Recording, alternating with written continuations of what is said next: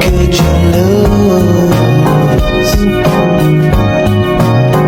Well, for one, her heart belongs.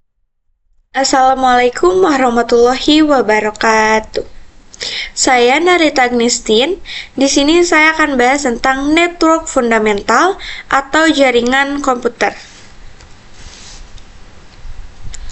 Nanti kita akan bahas tentang apa itu jaringan komputer, OSI layer, protokol dan port, IP dan MAC address, IP public dan privat, RFC 4632, dan yang terakhir itu ada subnetting. Nah, di sini saya akan bahas dulu apa itu jaringan komputer. Jaringan komputer adalah kumpulan dari beberapa komputer yang saling berhubungan atau terhubung sehingga komputer tersebut bisa saling berkomunikasi berupa pertukaran data. Istilahnya kita ada komputer yang saling terhubung. Ya, kita bisa berkomunikasi. Nah, komunikasinya itu bentuknya pertukaran data. Di sini sudah ada gambaran sebuah topologi. Di sini ada komputer klien yang terhubung ke switch, lalu ada komputer server, router. Nah, router ini terhubung ke dalam ISP atau Internet Service Provider atau internet. Contohnya, ketika kita mempunyai jaringan komputer atau dari komputer-komputer, kita bisa saling bertukar data. Contohnya berupa dokumen, video, ataupun gambar. Fungsi utamanya adalah kita bisa saling bertukar data dari komputer satu ke komputer lain. Sebelum ada jaringan komputer, mungkin kalau mau bertukar data yaitu via flash disk. Caranya yaitu kita pindahkan filenya ke flash disk dari komputer ini. Baru kita pindahkan atau paste ke komputer tujuan kita. Nah, kalau cuma antara satu komputer ke komputer lain itu masih bisa. Nah, gimana kalau komputernya itu ada banyak atau misal contohnya itu ada 100 klien. Nah, itu pasti bergiliran atau harus putar-putar flash disk. Nah, itu pasti ribet dan mungkin bakal kayak memakan waktu. Makanya kita menggunakan jaringan komputer ini. Yang penting kita saling terhubung. Nanti kita bisa bertukar data di dalam jaringan tersebut.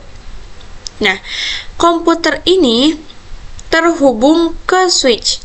Nah, di switch ini kan ada yang terhubung ke satu atau beberapa komputer. Nah, di sini terhubung.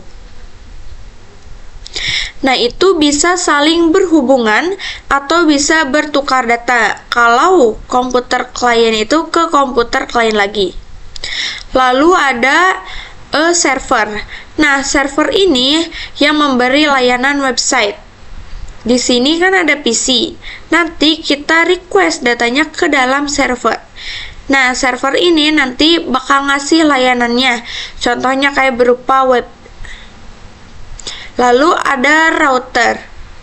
Nah, router ini fungsinya itu untuk menghubungkan ke network yang lain. Nah, router ini kan terhubung ke ISP. ISP ini gambarannya lebih luas lagi. Nah, kalau tadi contohnya di server lokal atau jaringan kita, contoh di sini ada server lain, kayak ada server YouTube, server Instagram, dan ada server Facebook.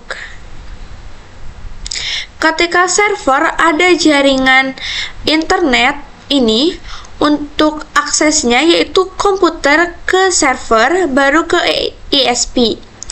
Contohnya itu, misal komputer kita atau komputer klien, kita mengakses servernya ke Instagram. Nah, kita itu pasti bakal dapat datanya ya, kayak ada konten video atau postingan ya, gambar-gambar yang ada di dalam Instagram tersebut.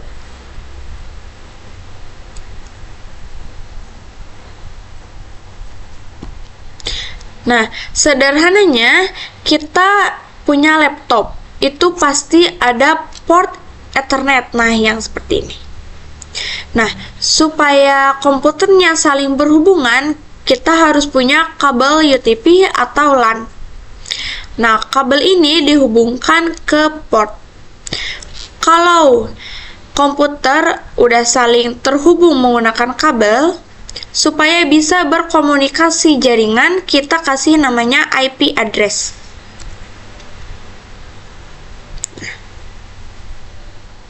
Di sini saya sudah kasih komputer ini atau laptop dengan IP address.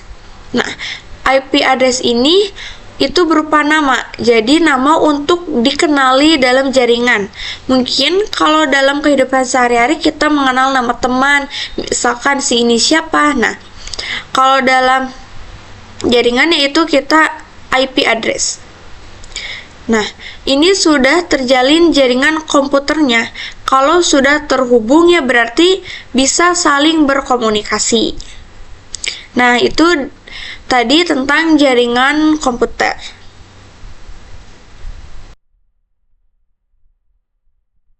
Selanjutnya kita akan membahas materi tentang OSI layer.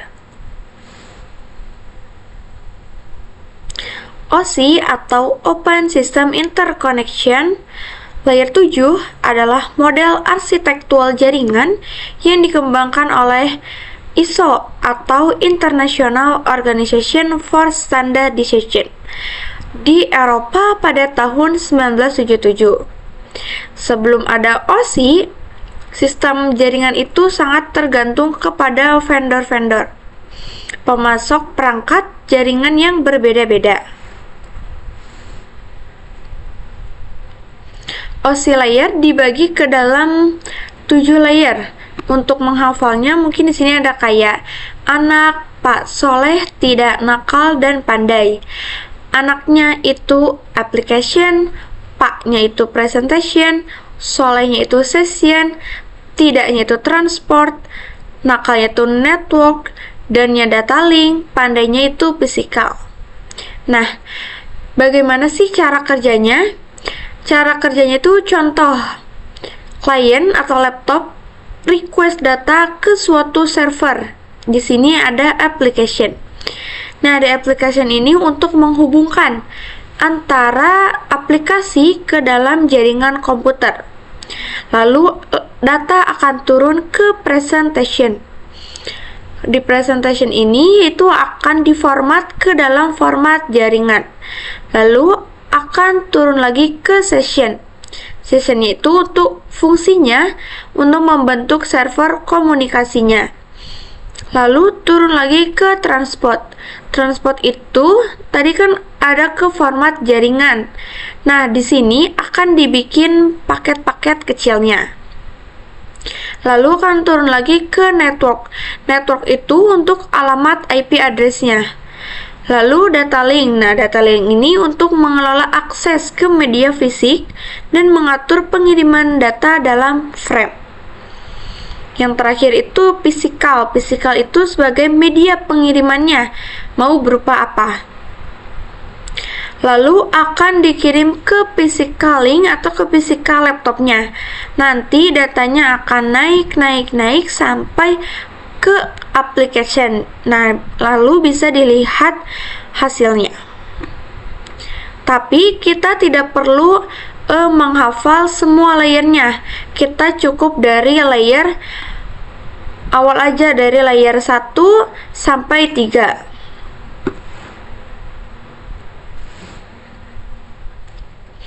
Nah, layer 1 yaitu physical, layer 2 data link, layer 3 itu network. Nah, di sini ada device-nya, data unit, dan addressing. Kalau layer 3 yaitu lapisannya yaitu network, device-nya itu router, data unit-nya itu berupa paket, addressing-nya itu dengan IP address. Layer 2 ada lapisannya itu data link menggunakan switch. Layer 1 itu physical, device-nya itu hub, data unit-nya itu menggunakan bit. Nah, kenapa sih kita hanya perlu menghafal 3 layer ini saja? Karena 3 lapisan pertama, yaitu ini, Physical Data Link Network ini, memungkinkan kita untuk memahami konsep jaringan secara lebih praktis dan efisien. Misalnya, dalam pengaturan jaringan lokal seperti LAN atau WAN, kita lebih banyak bekerja dengan pengaturan kabel, switch, router, dan alamat IP daripada protokol tingkat aplikasi. Lanjut ke materi protokol dan port. Protokol ini menentukan prosedur pengiriman data seperti TCP dan UDP. TCP atau Transmission Control Protocol adalah protokol yang berfungsi untuk mentransfer data secara andal, terurut, dan efisien melalui jaringan komputer. TCP merupakan bagian dari suite protokol TCP/IP yang juga mencakup Internet Protocol. Sedangkan UDP atau User Datagram Protocol yaitu suatu protokol yang berada pada lapisan transport TCP/IP yang bekerja pada lapisan antar host yang berguna untuk membuat komunikasi yang bersifat connectionless. Hal ini berarti suatu paket yang dikirim melalui jaringan dan mencapai komputer lain tanpa membuat suatu koneksi, sehingga dalam perjalanan ke tujuan paket dapat hilang karena tidak ada koneksi langsung antara kedua host, sehingga sifat UDP ini tidak reliable. Nah, di sini ada ringkasannya. Kalau TCP ini terhubung, kalau UDP ini tanpa koneksi. TCP yaitu pasti menjamin keandalannya, kalau UDP itu tidak menjamin. TCP juga menjaga urutan paket, kalau UDP enggak. Nah, kalau TCP itu terhubung ke koneksi dan terurut, cuman kecepatannya itu memang lebih lambat. Kalau UDP ini kecepatannya lebih cepat karena tidak ada koneksi. Tapi bila pengiriman mungkin datanya akan hilang.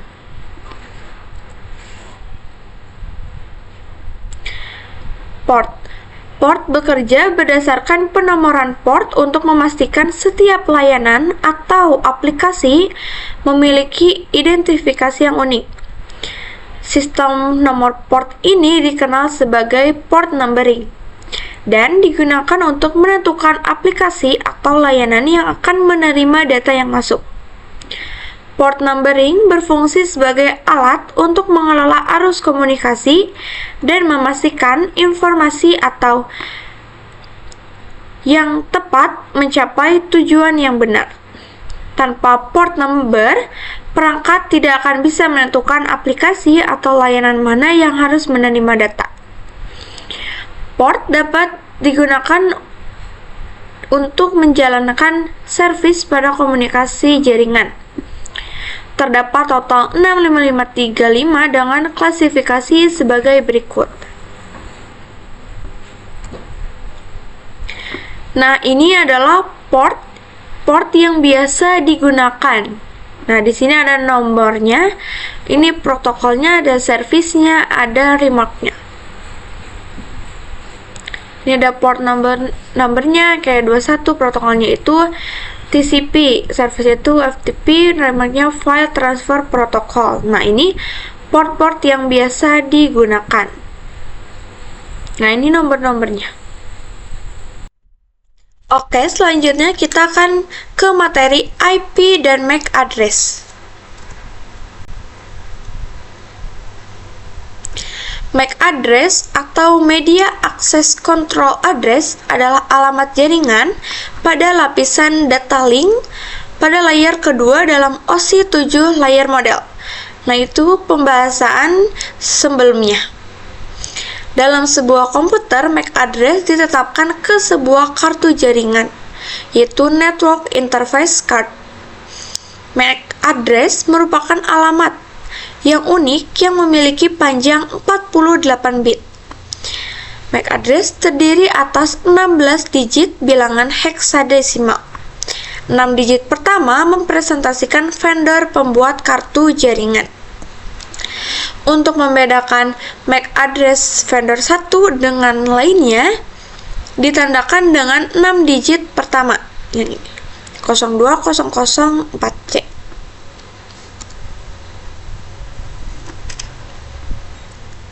IP address. IP yaitu Internet Protocol, sedangkan address itu alamatnya. Address untuk komunikasi antar perangkat jaringan. Di sini saya akan jelaskan IPv4. IPv4 itu mempunyai total 32 bit dan dibagi menjadi dua bagian, yaitu ada network dan host.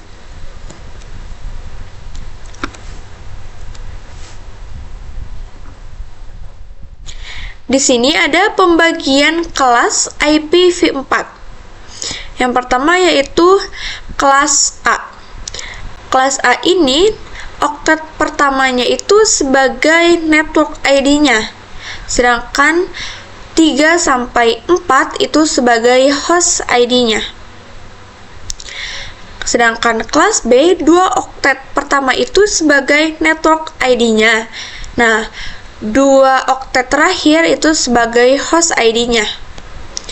Sedangkan kelas C, oktet 1 sampai 3 itu sebagai network ID-nya. Nah, oktet terakhir itu yang keempat itu sebagai host ID-nya. Nah, ini gambaran tentang pembagian kelas di IPv4. Selanjutnya ke materi IP publik dan privat. IP publik adalah alamat IP yang dapat diakses secara langsung melalui internet. IP publik digunakan oleh perangkat keras untuk mengakses sumber dari internet dan dapat diakses oleh semua orang yang terhubung ke jaringan tersebut. IP publik dapat dianalogikan sebagai alamat rumah yang terlihat oleh semua orang. IP publik adalah alamat yang dapat diakses secara global melalui internet. Setiap perangkat yang terhubung ke internet memiliki alamat IP publik yang unik. IP publik digunakan untuk mengidentifikasi perangkat di seluruh dunia dan memungkinkan komunikasi antar perangkat di berbagai jaringan. Sedangkan IP privat atau alamat IP pribadi adalah alamat IP yang digunakan untuk mengidentifikasi perangkat dalam jaringan lokal, seperti di rumah, kantor, atau sekolah. IP privat memiliki beberapa karakteristik, di antaranya hanya bisa diakses dari jaringan lokal, bukan melalui jaringan internet secara langsung. IP privat membantu meningkatkan keamanan jaringan, karena mempersulit host atau pengguna eksternal untuk membuat koneksi. IP privat tidak diletakkan di internet, sehingga tidak ada lalu lintas yang dapat dikirim ke alamat tersebut dari internet. Nah, IP privat ditetapkan oleh router jaringan, sedangkan IP publik disediakan oleh ISP. IP publik memungkinkan perangkat untuk terhubung dan berkomunikasi melalui internet secara global. Selanjutnya ke materi tentang RFC 4632. RFC 4632 adalah dokumen standar yang diterbitkan oleh IETF atau Internet Engineering Task Force yang menggantikan RFC 1518 dan RFC 1519. RFC 4632 mengatur tentang Classless Interdomain Routing atau CIDR, yaitu suatu metode untuk mendistribusikan dan mengalokasikan alamat IP secara lebih efisien daripada sistem pengalamatan berbasis kelas yang sebelumnya digunakan, seperti kelas A, B, dan C. CIDR memungkinkan pengalokasian alamat IP secara fleksibel dengan menggunakan subnet mask variabel untuk mengurangi pemborosan alamat IP. Beberapa hal penting yang diatur dalam RFC 4632 adalah yang pertama, pengalamatan IP tanpa kelas. CIDR memungkinkan pengalamatan IP tanpa harus mengikuti batasan kelas seperti kelas A, B, dan C. Dengan CIDR, jaringan bisa dipecah atau digabungkan dengan cara yang lebih fleksibel sesuai kebutuhan menggunakan notasi jaringan seperti 192.168 1.0/24 yang menunjukkan bahwa 24 bit pertama adalah bagian jaringan dan sisanya adalah bagian host. Yang kedua, penyusunan routing yang lebih efisien. CIDR memungkinkan agregasi rute yang lebih efisien dalam tabel routing yang mengurangi jumlah entry yang perlu dipelihara oleh router, mengurangi beban di internet secara keseluruhan. Yang ketiga, mengurangi pemborosan alamat IP. Nah, CIDR membantu dalam penggunaan ruang alamat IP yang lebih efisien karena tidak ada pembatasan ketat berdasarkan kelas. Ini sangat penting dalam mengatasi masalah kehabisan alamat IP v4. Oleh karena itu, dengan adanya CIDR, pengelolaan alokasi alamat IP menjadi lebih fleksibel serta mendukung skalabilitas yang lebih baik untuk kebutuhan jaringan yang semakin berkembang. RFC 4632 memberikan spesifikasi dan pedoman tentang cara pengimplementasian dan penggunaan CIDR dalam praktiknya. Nah, selanjutnya ke materi terakhir yaitu tentang subnetting. Nah, subnetting adalah cara untuk memisah dan mendistribusikan beberapa IP address, host atau perangkat yang terletak pada subnet yang sama dapat berkomunikasi satu sama lain secara langsung, yaitu tanpa router atau routing. Subnet ditulis dalam format 32 bit sama seperti IP atau dalam bentuk desimal. Nah, mengapa sih subnetting itu dibutuhkan? Yang pertama yaitu pengelolaan alamat IP yang lebih efisien. Karena tanpa subnetting, alokasi alamat IP bisa menjadi tidak efisien karena alamat IP di setiap kelas jaringan seperti kelas A, B, atau C memiliki jumlah host yang tetap yang bisa saja terlalu besar atau terlalu kecil untuk kebutuhan suatu jaringan tertentu. Yang kedua, meningkatkan keamanan. Dengan membagi jaringan besar menjadi subnet lebih kecil, komunikasi antar subnet dapat dikendalikan dan hal ini dapat meningkatkan keamanan. Misalnya, perangkat di subnet yang berbeda dapat lebih mudah diisolasi. Yang ketiga, mempermudah pengelolaan jaringan. Nah, dengan menggunakan subnetting, administrator jaringan dapat lebih mudah mengelola berbagai segmen jaringan yang lebih kecil daripada satu jaringan besar. Nah, seperti ini. Nah, segitu saja materi dari saya, itu dari pertama tentang jaringan komputer, OSI layer, protokol dan port, IP dan MAC address, IP publik dan privat, RFC 4632, dan yang tadi terakhir itu subnetting. Semoga materi ini dapat bermanfaat dan sampai jumpa di video saya selanjutnya.